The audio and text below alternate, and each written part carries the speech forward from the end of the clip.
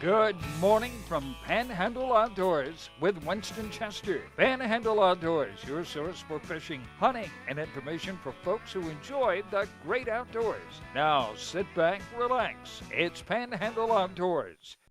Good morning, folks. Welcome to Panhandle Outdoors. Glad you're with us Monday morning, starting off another great week. The weather, has been really nice. It's a great weekend. We got a little bit of rain coming around somewhere today in the Panhandle. We're not really sure what time it'll get here, but should have some rain coming in. But really, the high today is just going to be 76, low tonight 55. Just great weather, really great fall weather to get outdoors and do some good things. Our weather, of course, brought to us by Haney Technical Center at the corner of Baldwin Road and Highway 77. Run by and see Principal Mike Heppenstall and any of the capable staff there, and they'll certainly assist you in some of your future endeavors. Now, let's take a look at our tides. We got our tide chart back finally. This is Monday, November 5th. Folks, can you believe it's already this far into November? Listen, Thanksgiving's only a couple weeks away. Great day. But anyway, our tides. We're looking at a low tide this morning at 11:05 and a high tide right after midnight at 12:22. A good strong tide this week. We're looking at this weekend now. Get back to those neat tides on Friday and Saturday. I know some of y'all want to go floundering this weekend. We're not going to have a lot of tidal movement, but next weekend, some really good tidal movement. Okay, some really strong tides next weekend. Now, every Monday we like to focus on our Monday moon phases. It's so important as an outdoorsman to know exactly what the moon is doing, and every Monday we try to cover it. We've been on a waning moon. And again, looking on November 5th, and that's up to the top left-hand corner there. We're waning on down. We're looking at a new moon like next Wednesday and Thursday will be dark night. So really, the next weekend will be, the 16th and 17th will be excellent floundering weather with no moon and some really strong tides. So you might want to go and put that. I've already had that on my calendar. You might want to go and put it on your calendar. Okay? That takes care of our weather, covers the moon and the tides and the temperature. So we'll take our break and we'll be right back with some special guests. Welcome back. Special guest this morning, Andy Cobb. Good morning, Andy. Good morning, Coach. Brian Godden. Good morning. Morning, sir. Forest Service. Listen, these guys, I've known these guys a long time. Andy's been on the show before and all. This is Brian's first time, but Brian's had a lot of television experience. And Brian, let's start with you. Tell us exactly what you do with the Florida Forest Service. Well, my position, you might say, is kind of twofold. One of the things that I'm most proud of and I love to do is serve the public and the media and everybody as the public information officer for 7 counties. That's the Chipola Forestry Center that we serve. That would be consisting from Walton County, Holmes, Washington, Jackson, Gulf, Calhoun, and Bay County. So that's the 7 we serve right That's here. Our folks right there. Yes, That's all our folks. And Andy, you and I have been on talked a lot about hunting and fishing before and all, but we're here today going to talk about forest fires and all. I know y'all recently have had some dealings with some stuff and all. We've had a few forest fires. Luckily, most of it was on my day off. Yeah, that's good. But the fire activity, we saw a wet summer for the most part. Yes. And things are starting to dry up now, and you have increased fire danger, which kind of means you need to be a little careful when you're doing your backyard burning. Yeah. And as outdoorsmen, we're always out in the woods or want to be out in the woods and all. And I know we really try to notice, the humidity and how things are dry. Walking in the woods and all. And I was out there the other day, and I told my wife, I said, it really is drying up a little bit. It has. Man, when it sounds like you're walking on cornflakes, it's getting dry. Well, Brian, y'all brought some pictures and all. We'll start looking at some of these pictures. So let's talk about this first one right here. Let's see. Talk about this one right here. Tell us what we're talking about. Right, my good friend here, Ranger Cobb, Andy just spoke about that. This is some of the what we call setbacks or rules, if you will, as folks decide they want to go out and clean up and do some fall cleanup and rake up some leaves and cut some limbs and stuff. You should be able to see there some of the distances that's recommended that people do. And any homeowner or landowner can burn basically an 8-foot diameter pile or smaller, obviously, at any time, unless there's some kind of county ordinance in place saying there is no burning. But a landowner has a statutory right to burn their lawn clippings and grass clippings and yard debris. 50 feet from the highway. Yes, sir, from paved public roads. Is that 150 from your neighbor? Or? From your neighbor. The next occupied dwelling, basically, is how it's written. Yes, sir. And then 25 from your house. Yes, sir. And then from the wood line, you want to be 25 feet. A lot of that's common sense and all, but sometimes young people all jump on doing that stuff and don't really think about it. They just rake up leaves and burn them. I know that used to be a big deal. Son, get in there, rake up the leaves and burn them. And we try to rake them up the closest place and just throw a match on them. You know, thinking, you know, good Lord's always looked after us, but there can be some consequences if you don't know what you're doing. Once you light that match, you can't put it back in the box. And Coach, with those parameters right there, the homeowner, landowner, they don't have to call and get a permit or anything. That's one of the things. That's for people to do anytime that they want to. Is if they would meet those setbacks, that's a legal authorized burn for a landowner. So they don't need to call anything, and they just go ahead and do it. That's the big thing on a small. Smaller than an 8x8 pile. Okay. A good rule of thumb is if it'll fit in the bed of your truck reasonably, then it's you know, it's about the right size. Good. Get much bigger than that, go ahead and call and get a permit. It's free. No big deal, and that way you're covered. Andy makes a good point there, Coach, because the reason for getting a permit, it doesn't cost anybody anything, but what it does, it lets our people know, the Florida Forest Service, who we are the ones that would ultimately fight a wildfire if one were to get out. Yeah. We know that if there's quite a bit of smoke coming from a certain area, that it's something that's authorized, or we know that there's somebody's responsible for it, taking care of it. So that's the reason for the permits anyway. Yeah. I was going to ask y'all, we used to see all these old fire towers all over the place and all. Whatever happened to all the fire towers? Do y'all still climb the fire towers? We still have some in service in the more out of the way locations. Okay. But most of our surveillance now is done by airplane. Okay. From the air. And they also, there's a lot more roads now than there used to be, and everybody has, their cell phones. Yes. So, most of the time people are calling us, telling us about fires, that's good. Before we see them. So, yeah. Coach, I'd like to talk about that a little bit too, if you don't mind. That is a piece of history. Andy's absolutely right. We got airplane and cell phones and stuff, but believe it or not, some of our areas that are a little bit more rural, like I know there's one in Calhoun County that we use. Smith Tower. The Smith Tower, yes, sir. And several in Gulf County still, where there's a lot of rural area and not quite as much population. But as far as the 7 counties that I mentioned earlier that we serve, Ranger Cobb, he's right. They're kind of just a piece of history right now. I know most of them are not even in existence anymore. They've been taken down and not utilized. But now up at 231 and Highway 20, that tower is still there. Is that one still being used? Yes, sir. Is it still being okay? No, it's not. It's not operational anymore. Not operational. Okay. No, it's being used. I was going to finish that. It's being used by the Bay County Sheriff's Office for some radio equipment and stuff. And there's some cameras up there. But Andy's right. I'm sorry. We don't particularly use that particular one anymore. Now, the ones over in Gulf County and Calhoun, we use those. And even the ones like over at Point Washington and South Walton County, from time to time, some of our rangers will ease up at least halfway to kind of get a bearing on where that smoke plume is and use it that way. But they don't man it 24/7 kind of thing, All right, let's see. Our next picture here, we don't have our next picture here, do we, Jeff? Okay, let's see our next picture here. This is really good stuff they brought us this morning. This is really good. So tell us about this one now. This is, I'll tell you what, why don't we're right now at a break time. Let's go, we're going to go and take our break, and we're going to set this one up, and we'll be right back after this break.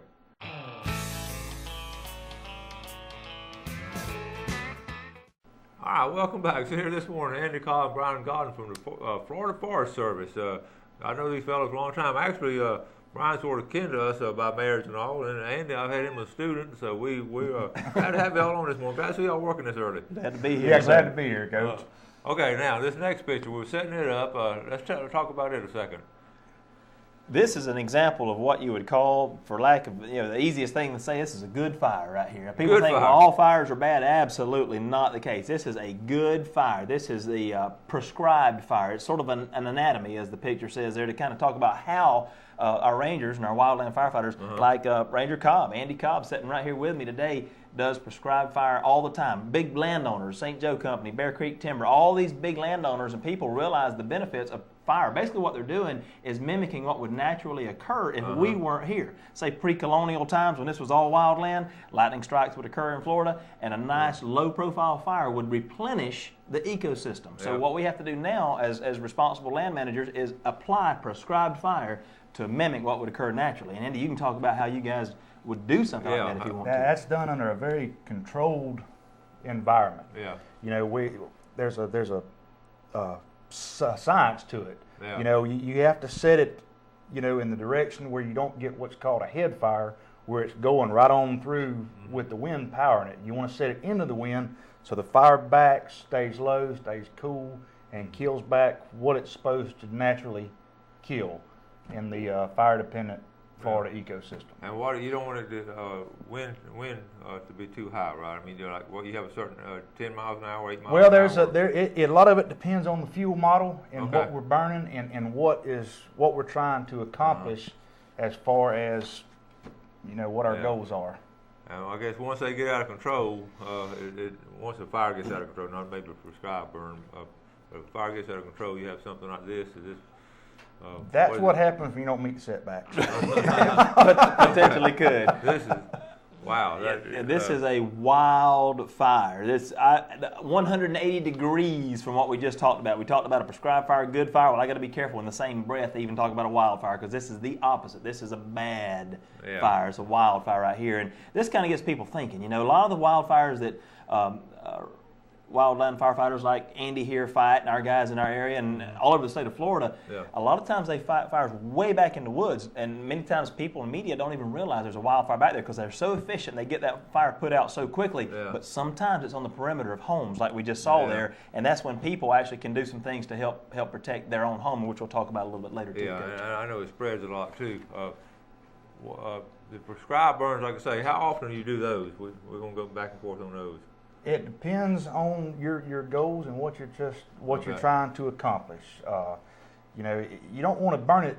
Like if you have timber, you don't want to burn it every year because you take a chance of weakening the trees and the bugs get in them, and you'll kill your stand of timber. And there's a lot of places where people backfire through it, and some of the longleaf pines and stuff. They burn it about every time. It'll burn every couple of years, and it promotes the wiregrass growth. Yeah. And also a longleaf pine is extremely hardy as far as being fire resistant and resilient. A lot more so than some other types of pine trees. So you can put more hotter fire in there than you would say a stand of slash pines. Okay. All right, now take a look at this one right here. Tell us about this picture here. Man, that's some of you Gulf County viewers this morning there, Coach. That's the Doc Whitfield Road fire about a year or so ago. That's at the top of the White City Bridge, looking out there toward sort of out toward Howard Creek and everything. And that was a pretty big one for our area. I actually did a live shot with one of the local television stations, affiliates here in Panama City, from the top of that bridge, and that was the view that we had in their live shot. So big fire, big wildfire. That was one that we. I was going to show you that right here when we had the big bass tournament weigh in. That's the building we're in. We want to have that Gulf County bass tournament. That's right there where we weigh in. So you're looking back down Intercoastal toward Doc Whitfield Road. That was a big fire. Yes, sir. I think it was nearly 1,000 acres, almost, and that's pretty big for our area. With our guys, as good as we are, particularly and veterans that we are in this area here, and the fuels and vegetation that we have, that was a big one. That has been pretty much burnt that in about one afternoon. Really? Yeah. Is that right? Yeah. Okay. I know this is always a scary sight when you're on the road or something. This is it looks like you go into the bad place here, don't it? When you're driving down the road.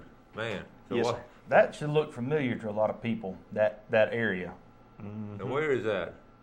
That 231? That is Back Beach Road, actually. Back Beach Road? Right there at...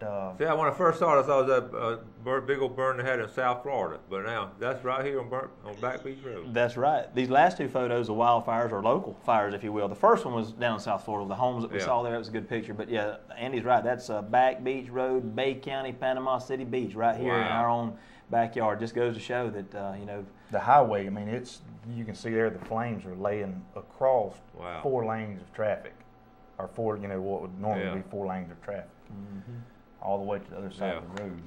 And then this last picture here, is that you on a tractor?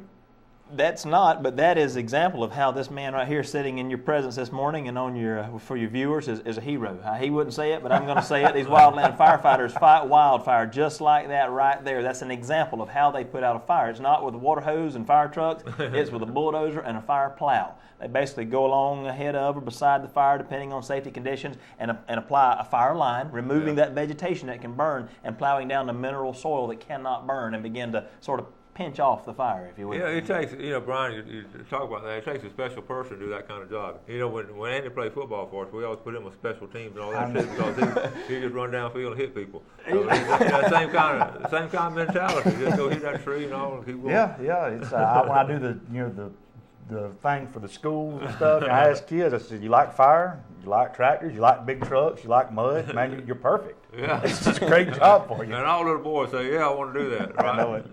It's a great job. It's a great agency. Yeah, So that's how they do what they do. So. Well, I know you were talking about your background and all. You're originally from Holmes County. Yes, and sir. You got a lot of family still up there and around Yes, here and all, and you've been with the sheriff's department and been at other TV stations, but yeah, I guess you really enjoy your job now. It's a perfect fit. You think all those things you just said, Holmes County, country boy, born in Bay County, grew up in this area, went to Chipola up in Mariana, so this whole area that I serve is outdoors. The TV media background is just like falling off a log for me. I love fire, I love outdoors, and working with just good old country boys, good guys like Andy and the other rangers we work with. It's just a really natural fit. I love it. That's cool. All right, we're going to take our final break and we'll be right back with some more good stuff.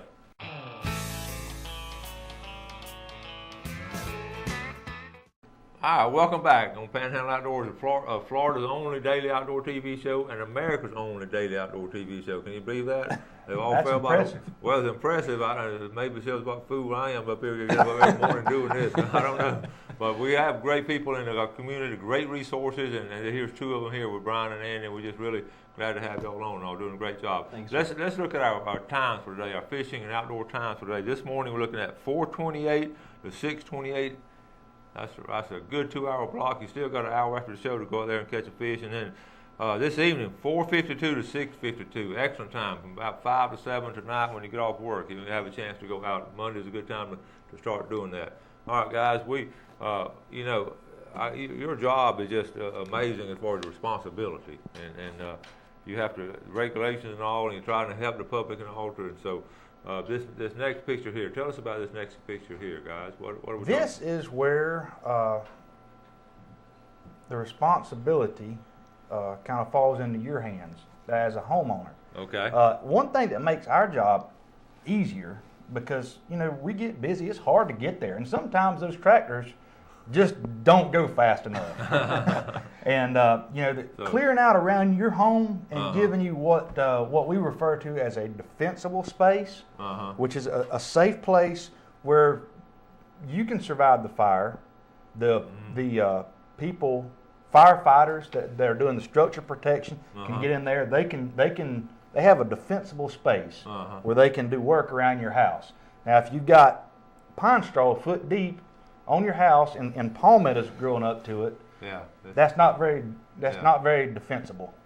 I understand that. I know a lot of times with California fires, I look at them pictures and they've got trees and all around their house, and they just keep it clean and keep the grass cut. Keep the grass cut. All right. That's right. Building on what Andy has said, that was very well said there. That defensible space, particularly that first 30 feet from a home, you can see as it extends out to the wildland area there is most crucial. That's people don't realize that many times homes are not destroyed when they're destroyed by wildfire. They're not destroyed by a massive wall of flame coming in and burning that home. It's what's often referred to as the radiant heat of the small things. Embers dropping on that home or dropping around that home. So like Andy said, if there's pine straw, which is extremely flammable up near the home, ember drops in there, it's going to light the pine straw on fire, then the home on fire and the house burns down. So if they keep the vegetation pruned and cleaned, we're the Florida Forest Service, we love trees and vegetation, but just keep it maintained and nice and neat. Basically, it's just a little maintenance around your home. Gutters clean, roofs clean, because embers dropping on roofs and gutters can ignite homes as well. And don't the public. If you have any questions about what is a defensible space around your home, feel free to stop by and see your local forest ranger. You got, where Brian Godden works. They're the district office. Tell us where the district office is. A lot of us, I know where it is, but maybe they don't know. Where do you find it? 15th Street, 715 West 15th Street, right across from Cook Whitehead Ford, beside Panama City Toyota, right there in that area. You see, Smoky Bear used to be out front. We've got a fire danger sign out front now, but Florida Forest Service right there on 15th Street in Panama City. Okay. Now this next picture here, what we're trying to get the message here, just take a break. Well, Coach, you know that's what your show's all about, is getting out. You know, besides people like Andy, our wildland firefighters, fighting wildfires and doing prescribed fire, forests and woodlands look like that in the picture there because of management and prescribed fire. It's clean, it's open, deer can graze, you know, turkey, all your wildlife can go out there. But you notice it's kind of a far-fetched picture. You see a guy sitting in a desk in a forest. I mean, obviously the feeling there to evoke is that, you know, people get out, go out and enjoy our state forest. We got Pine Log State Forest up in the Ebro area. We got Point Washington State Forest in South Walton County. You got viewers over in Liberty, Wakulla. There's Lake Talquin, you know, state forest, but parks too. Just get out and enjoy nature, man. Never kill the big one sitting at the house. Yeah, that's right. That's right. And I just want to, you know, second what y'all are saying. We talk about it all the time on here about getting outdoors, especially on weekends and all. And like you just mentioned some beautiful places up there, Terrell State Park. Tate's Hill Forest down there. That's just we talk about that a lot. So many places, and a lot of times, Andy, you know this, just riding in a truck out in the woods. It's just relaxing. Oh yeah, you know, when you think back all the times you've been in the woods, have you ever went hunting, fishing, or in the woods and just say, "Man, I wish I'd have stayed home and watched TV." No, but I've been home watching TV, saying, especially if the Gators losing, I wish I was out in the woods somewhere driving my truck. Yeah. But it's a special place, those woods are. We've a lot of us, especially in the Panhandle, grown up as kids in the woods and all, and had dads or uncles and all to take us out. It's a valuable resource, and you know that's our job to protect it. Yeah, that's right, Coach. You spoke of Tate's Hill State Forest over there in Franklin County. I think it's 95% of Franklin County is Tate's Hill State Forest. I believe it is the largest state forest in the state, and it's managed by the Florida Forest Service, our very own guys. Once you get over to Franklin and Liberty and that area, it's the Tallahassee district, but it's same kind of you know, rangers. Learned about Tate's Hill and outdoor education before I ever went to work. That's right. I'm glad you remember that. We always hit on that. And I tell the kids the story how it got its name, and every year they're fascinated with that story. And it's a good story. And again, and I tell the people, you know, the only reason we can have a TV show like this, a covered outdoors, because of the resources of the woods and water we have around here, and of course the great sponsors and great viewers. So, and having guests like y'all on the show always helps out. Hey, glad to be here. We're glad to have y'all. Andy, thank you, Coach. Ryan, yes, appreciate y'all getting up this early. Glad to be here, sir. All right, folks. Hope you learned a lot about forest fires, and if you have any questions, call these guys up. It was Florida Forest Service, and they'll be glad to help you out and all. Good guys, and appreciate y'all's service to our state. Yes, sir. And we appreciate you watching Panhandle Outdoors, and we're going to keep working as hard as we can to bring some great shows every morning. And you do something good for somebody today, and God bless. Thanks for joining us for Panhandle Outdoors with Winston Chester. Panhandle Outdoors features hunting, fishing, and other activities and information to help you enjoy the great outdoors. Join us next time for Panhandle Outdoors.